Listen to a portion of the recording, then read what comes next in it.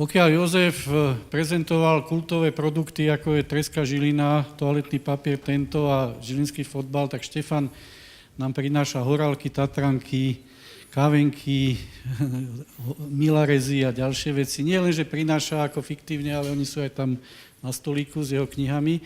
Pokiaľ si budete chcieť podpísať knihu, hovorím, na tých knihách robil asi 15 rokov, tak a v tých knihách nie sú vyčítané veci z nejakých múdrych kníh, ale jeho osobné skúsenosti, tak potom bude priestor. Ja Štefana poznám asi najdlhšie zo všetkých hostí, ktorí sú tu, lebo už máme svoje šediny, aj ty a ja. A priznám sa, že poznám málo ľudí, ktorí tak tvrdo pracujú ako on, ľudia, ktorí spia iba 3 hodiny denne a vlastne celý život pracujú. Takže Štefan, nech sa páči. Už tu bola podobná reč o práci, o voľnom čase. Mňa sa pýtajú často novinári, že a čo s voľným časom, ako ho užívate? A ja hovorím, no to nie je tak, ako sa hovorí, že stále pracujem, totiž voľný čas, všetok je môj voľný čas. Robím, čo práve chcem, čo práve potrebujem, čo je nutné. Takže ty dobre, Janko, poznáš môj životný štýl. Človek, ak má veľkú zodpovednosť a veľkú ťarchu na svojich pleciach a po dlhé roky a má potrebu dať to ďalším, tak si musí ten čas nájsť, ale aj udržať sa v kondícii. Ja netajím, že aj teraz, aj tieto roky, každý deň ráno behám tú polhodinu, dvíham činky a robím všeličo, aby som to zvládol vôbec fyzicky, túto prácu. Nie je to jednoduché, ale už ani vlastne neviem, čo sa presne pýtal, ale toto je základ. Ja som ti dal slovo, aby si nám povedal pár základných vecí o firme IDC, o tebe a tvojej ceste. Takže... No, tá cesta nebola ľahká. Nechcem veľa o sebe hovoriť, ale vyznačoval som sa tým, že som bol normokazič. To znamená, keď som robil dielni na sústrovu, tak vždy som chcel veľa zarobiť a byť najlepší. Keď som sa išiel, že máš to najlepšieho, tak proste to je taký základ také seba pichy alebo seba hodnotenia, ale skutočne to nie je jednoduché, ale nie vždy je to pravda. Pokiaľ ide o firmu, tak to začalo v roku 92, môžeme tam dať ten obrázok, povedzme IDC a už to tam je. Poďme ďalej. Máme tam pečivárne Sereď a Figaro, to dáva obrázok.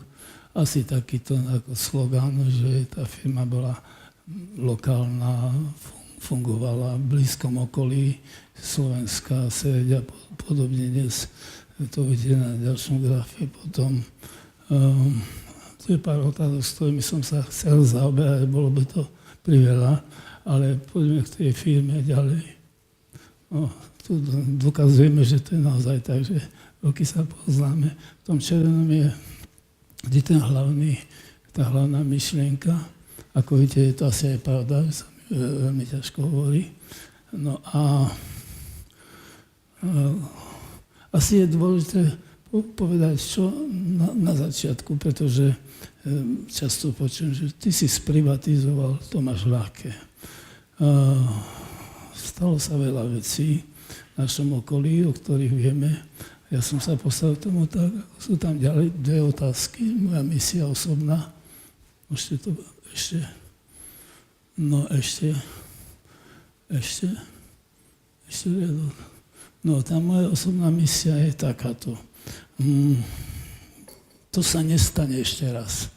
To bola historická chvíľa, kedy bolo možné začať pracovať na niečom veľkom. Ten môj projekt vyhral a dostal som medzinárodnej súťaži a priklepli nám pečivárne Sereď. O rok neskôr Figaro to a tým istým spôsobom 17 konkurenčných firiem v tendri medzinárodnom. A tam som si povedal, to je raz v živote možné, že je tu šanca, obrovská šanca, niečo dokázať. To bolo pred tými vyše 20 rokmi. Druhý bod, ak už je tomu tak robiť racionálne, využiť nové znalosti, to, čo sa objaví vo svete, čo sa dá aplikovať a proste postarať sa o to, aby ten podnik prežil dlhé roky, aby dal ľuďom chlieb a prácu. To bola nosná idea. Rozmýšľam, čo mám ďalej. Takže to je nosné. Dnes je stav taký, že sme rozvinuli podnik za tie roky. On medziročne stále rástol s nemalými ťažkosťami, samozrejme. To bol každodenný zápas o napredovanie. A pôvodne to bol IDC, ktoré malo Pečivárne Sereď a Figaro Trnava. Dnesko sme kúpili v Ciferi jeden závod, ktorý sme na novo dali do chodu. To je to IDC Loli. A v poslednom období tá firma Václava sa robia piškoty. No a v zahraničí máme svoje zastúpenie v Prahe, ako vidíte na tých modlých obrázkoch, Poľsku, Maďarsku a v Rusku. Takáto je štruktúra. Situácia nie je jednoduchá teraz v krízovom období. Čo sa stávalo, mnohé firmy padali a našťastie sme boli v takom stave a predstihu, že sme začali bežať na 4 zmeny, čo bol tak veľký odbyt do zahraničia a bolo nutné premýšľať o rozšírení podniku. Tak to si možno čítali v tlači, investujeme takmer 60 miliónov eur do toho, aby sme postavili nový závod. Bude to vlastne integrovaný závod IDC Holding. Máme na to ešte asi 2 roky, aby sme to dotiahli. Ja si myslím, pýtajú sa ma, prečo to robíme. Je to v shode s tým druhým bodom mojej misie, že aj keď by som sám už nemusel vidieť výsledky tej práce, ale určite tie rodiny a tí, ktorí majú prácu a perspektívu, ostávajú v takej pohode, že áno, títo majiteľia si nebrali do svojich vecách, ale to dali nám všetkým. Tak asi toľko. Môžeme dať nejakú ďalšiu otázku. Ja ťa poznám dlho a okrem toho, že teda beháš a cvičíš a tak to robíš stále, ale v niektorých veciach si sa zmenil, že posledné obdobie čítam vám tvoje slupčeky v Hospodárskych novinách, rozprávame sa spolu a skôr mi pripadaš ako taký filozof a nie biznismen, že čo sú tie hodnoty, ktoré napríklad ty si objavil pri tom podnikaní, že Jožko povedal, že tiež to nie je o ebite a nie len o tých finančných ukazovateľoch. Tak čo sú tie hodnoty, ktoré napríklad ty v tom biznise si našiel a teraz ako už starší muž uznávaš? Je to tak, že ako som na začiatku povedal, že som bol normokazič, že som hľadel na to, aby som dobre zarobil a kúpil si bicykel a podobne za mladá. Tak samozrejme moje ďalšie štúdium neskôr sa neslo v tom, že som videl ako hlavný zmysel podnikania alebo vôbec riadenia ten výsledok finančný, peniaze. To som dlhé roky takto uvažoval, ale to išlo. Ale človek je v práci každý deň, stretáva sa s ľuďmi, rozpráva sa s nimi a nie každý to s ľahkosťou prijíma ten neustály tlak na výkony a podobne. Jedného času som dospel k tomu, že všetky tie metódy a tie najlepšie praktiky sú vždy robené pod istým násilím. Násilím, proste ľudia, keď musia, tak to robia často neradi. A vravím to tak, že nemajme v rukách korbáč, ale hovorme s ľuďmi. Ako náhle človek zmení svoje správanie z toho direktívneho štýlu na také priateľské, medziľudské si, proste sa porozpráva a tak ďalej, tak sa začnú ľudia inak správať. A vtedy som viacej času venoval štúdiu psychológie človeka a tak ďalej. A manželka mi vraví, že som sa zmenil aj vôbec ako v správaní. A naozaj stav je taký, že ľudia pracujú, povedal by som, s radosťou. Robil som nejaké pohovory a hovorím jednému pánovi, že na čo som sa vás nepýtal, povedzte, dajte mi odpoveď, čo by ste chceli. Pán Kašaj, ja mám jednu túžbu. Ja sa modlím Bohu, aby ste žili aspoň 100 rokov. No a prečo? Aby nám vždy tak dobre bolo. To bolo pred 3-4 rokmi a teraz sa to zmenilo. Želaj mi a modla sa, aby som žil 110 rokov. Takže v tom je povedané, že ak to riadenie je späté s dennou komunikáciou a s porozumením, tak to ide lepšie. Tie komentáre, čo spomínaš, tam niektorí budú mať možnosť dostať tú brožúrku komentárov, ktoré mám každý druhý štvrtok v Hospodárskych novinách. A zistíte, že ma poznáte ináč ako v tých knihách, lebo ja sa aj vyjadrujem k veciam verejným. Takže ide o človeka. Ide o človeka a v tom duchu sa tie komentáre nesú. A čo ma zvlášť teší, aj čítanosť týchto komentárov je veľká, lebo to je každý rád, každý sa stotožní s tým, že nielen vyťažiť z človeka, čo sa dá do poslednej kvapky, ale má aj pomôcť. Asi toľko. Dobre, nech sa páči vaše otázky na Štefana Kašaja. Štefan chodí veľmi zriedka na takéto fóra, je taký utiahnutý vo svojej pracovni a robí od rána do večera, takže je to pomerne vzácny jav, že sa tu objavil a že je ochotný sa tu s nami baviť, takže využite aj vy tú príležitosť otázky. Nech sa páči. Chystáte sa napísať ešte 6. zväzok? Tak to tu kolega hovoril o tom, že ako často rodina trpí tým, že sa venuje práci. U mňa to nie je nejak inak. A naozaj som slúbil manželke, že ak dokončím tú pentalógiu, takže sa budem viacej venovať rodine, že budem písať iba malé útvary, nie takéto veľké knižky. No a v maji 23. lani bola taká slavnostná prezentácia tej pentalógie a bolo tam veľa významných ľudí, bolo tam vystúpenia a tak ďalej. Bol som veľmi spokojný a taký uspokojený s tým, že sa to podarilo. A potom si hovorím, no ja to musím nejako prehodnotiť. Tak som zvažoval najprv ekonomicky, čo to stalo, ako to a tak ďalej. Potom si hovorím, no tak jednodennú akciu chceš hodnotiť za prácu, ktorú si robil 15 až 20 rokov. Tak som to začal si robiť takéto body.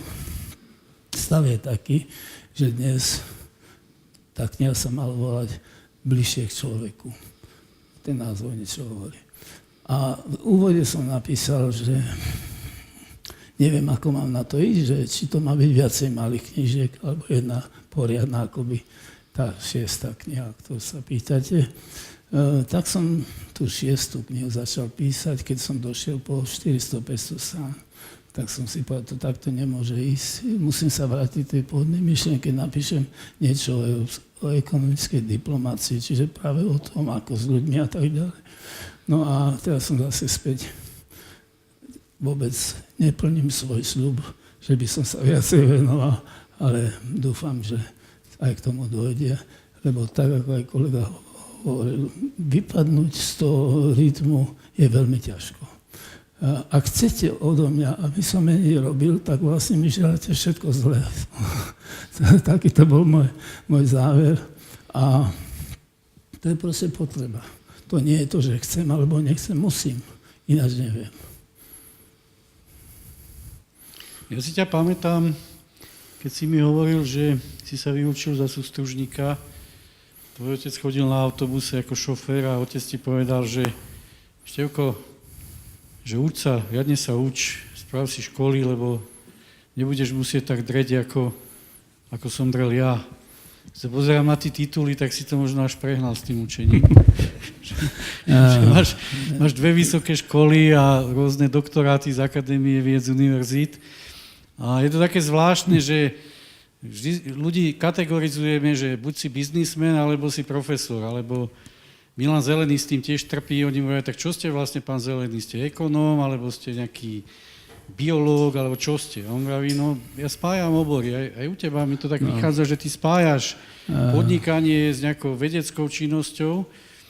A čo by teraz ten tvoj otec ti povedal, Štefan, čo si tak myslíš? Môj otec, neviem, čo by povedal, už nežije, žiaľ, ale trošku by som to opravil. On hovoril, áno, Rob, zarábaj, ja mám zárobky malé a pomôžu si dospelí. Čiže skôr išlo to, že zvýšať výkon a zarábať. Ja som protestoval a išiel som študovať popri zamestnaní. No a teraz takto na tú otázku. Pýtajú sa ma novinári, čo je pre vás dôležitejšie? Veda alebo podnikanie? A ja hovorím, no čo je dôležitejšie pre človeka? Hlava alebo ruky? Rozmýšľanie alebo výkon pracovný.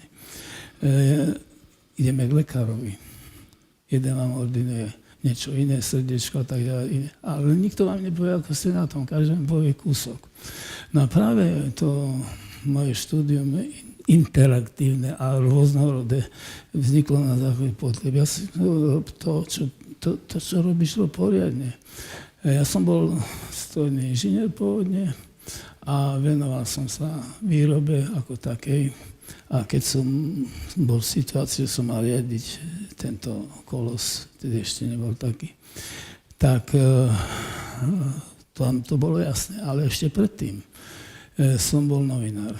A bol som 15 rokov novinár a pôsobil som v zahraničí ako spravodajca Československej televízie a mal som deficit, že vlastne ja nie som novinár vzdelaním, tak som sa dal na štúdium na Karlovej univerzite a skončil som po 5 rokoch túto školu ako filozofiu. No a tým sa stala táto zmiešanina. Ale keď prešli časy nejaké, ja si uvedomím, že vlastne v tom podnikaní, v tej výrobe, tam práve potrebujem vedieť pracovať s ľuďmi a chápať ich. Ale aj škola vám všetko nedá, hej, to je len také odštartovanie. Tak z toho vznikla táto kombinácia, na ktorú môžem odpovedať prečo. Ďalej, to ostatné, ja hovorím, že prišlo ako si samo, lebo ja som ešte ako novinár chcel robiť kandidáta vied ako ašpirantúru. Aj som sa na to dal. A to bolo o ekonomike a plánovaní strojárskej výroby. No a súbežne s rozpätím 1 roka som končil ako kandidát vied a ako doktor filozofie v Prahe. No a moje ambície išli ďalej, takže 20 rokov mi trvalo, kým som mal možnosť obhajovať veľký doktorát z toho istého odboru. Takže asi takto v skratke. Dobre, sú tu ďalšie otázky, že si príklad jedinečného spojenia teórie a praxe. Čo bolo skôr? Túžba po zmene existujúceho stavu alebo impulzy zo samotného nefungujúceho prostredia? Niekedy som konštruoval veci, ako by mali za sebou nasledovať. Upustil som od toho, lebo to jednoducho sa nedalo zvládať, lebo vždy to bolo inak, ako ste si mysleli. To ako ekonometria jednoducho nikdy nebude v poriadku, lebo vždy sú nové hodnoty. A som skôr začal riešiť veci, ktoré riešiť bolo treba v danom okamihu, čiže tak pragmaticky. Samozrejme, keď som chcel riešiť, nebol som o všetkom presvedčený, že je to tak som začal študovať veci zo zahraničnej literatúry. Niečo som pochytil, niečo som dodal z vlastného a tak vznikli moje prvé knihy. Najprv to boli také 10-stranové materiály pre kolegov, ktorí sa ťažko vedeli orientovať na novú situáciu, keď boli naučení na niečo iné. A hovoril som im, že majú titul čakateľ, lebo čakali na fax, kedy príde nejaká objednávka. To bolo veľmi ťažké. Ten kolektív, ktorý mal iné návyky, než mali byť tie nové. No a tých elaborátov, pár stánkových, boli menovité, tí ľudia menovite povedaní, konkrétne, čo žiadam od teba. Až sa to vrstvilo, a keď bola takáto hromada tých papierov, tak som si hovoril, to by som asi nemal nechať pre seba. Tak bol nápad napísať knihu, ktorá sa volala Marketingová stratégia holdingového typu. Boli z toho 4 zväzky, tiež vyšli vo viacerých jazykoch. No a pokračovaním, to sú len niektoré. A pokračovaním bola potom tá kniha Podnik a podnikania. Tá vznikla tak, že som potreboval riešiť problémy priamo vo fabrike a som to dával dohromady, ako podnikať a ako má ten podnik vyzerať. A opieral som sa samozrejme o predchádzajúce skúsenosti. Mala to byť jedna knižka, je 105 knih.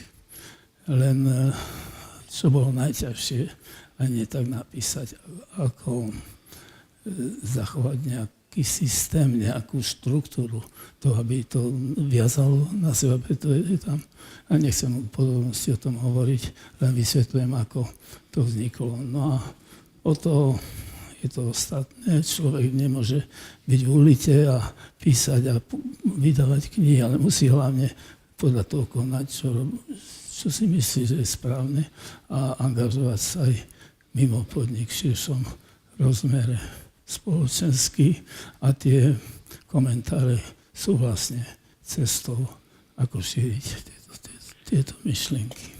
Ja som bol v Lani v máji v Saigone, kde som mal prednášky a musím povedať, že knižka Štefana Kašaja aj v takej krajine, ako je Vietnam, vzbudila veľkú pozornosť, tá anglická verzia. No je tu teraz otázka, že ktorý váš produkt máte najradšej? A teraz som sa zasmial, keď som tú otázku videl, lebo včera sme sedeli na večeri a Štefan vraví, že mali také 2 obchody v dedine a že v jednom predávali čokolády a cukrovinky a v druhom fotoaparáty a on si šetril 80 korún na ten fotoaparát a odriekal si tú čokoládu a potom ho to asi dobehlo, že povedal si, kúpim si celú fabriku a budem si to robiť sám pre seba, tie čokolády. Ale ja keď k tebe chodím, ja mám pocit, že ty máš najradšej svoje vlastné produkty a teraz nemyslím ani Horálku, ani Tatranku. On si vyrába nábytok, on si vyrába regály, on si vyrába stoly, on má doma dielňu.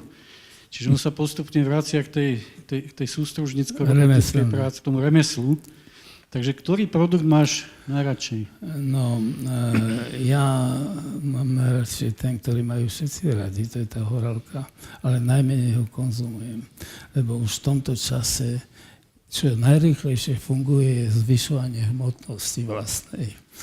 Takže musím, žiaľ Bohu, redukovať túto šancu, ktorá by mi bránila ako v ďalšom napredovaní odbornom. Lebo nebolo by ľahké, keby som necvičil mať dvojnásobok váhy. Takže mám najradšej Horálku, ale myslím si, bez toho, aby som robil reklamu, že sú vynikajúce aj línie, aj všetky tie ďalšie produkty.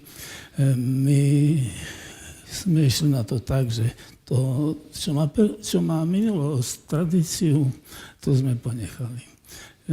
Tradícia bola aj to, že sú tam originálne ingrediencie, žiadne chemické prídavky.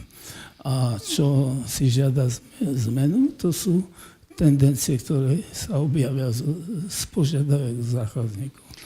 Dobre, čas beží, takže posledné otázky, ktoré sú tu a skús byť stručný, že odkiaľ berieš toľko energie a motivácie k práci? No, som to tuším aj hovoril, proste zoberiem prácu a už tu nebudem. Jednoducho, to je zažité vo mne samom, že proste furt, či som bol novinár, alebo robil na sústru, alebo bol učiteľ, alebo čokoľvek, či som išiel naplno, lebo ináč si to neviem predstaviť. Je to pre mňa samozrejmosť. Ale nehovorím to preto, aby som to vyzdvihoval, len že sa pýtaš, tak odpovedám. A žiaľ, alebo ako vo vzťahu k ostatným v rodine, im vlastne to trošku aj ubližujem tým, že nemám čas na nič iné, ale na to, čo robím. No takže aj s tým voľným časom je to tak. Mňa vždy fascinuje, že existujú firmy ako si ty, alebo Stano Bernard, firmy, ktoré robia v potravinárskom alebo nápojovom priemysle Kofola, že odolali tým nadnárodným firmám. Vy ste mali x ponúk, že by vás kúpili rôzne reťazce, Nestlé a podobne. A tá otázka znie, že ako riešite zahraničnú konkurenciu? No tak jeden zo športov, ktorý som robil, bol box, prvá liga. Tak ako riešiš v tom ringu, to bol za iných čas. Hej, jednoducho sa buď odoláva tým, že sme lepší, to je tá lepšia cesta, alebo prosto sa trochu pohárkame na tom trhu.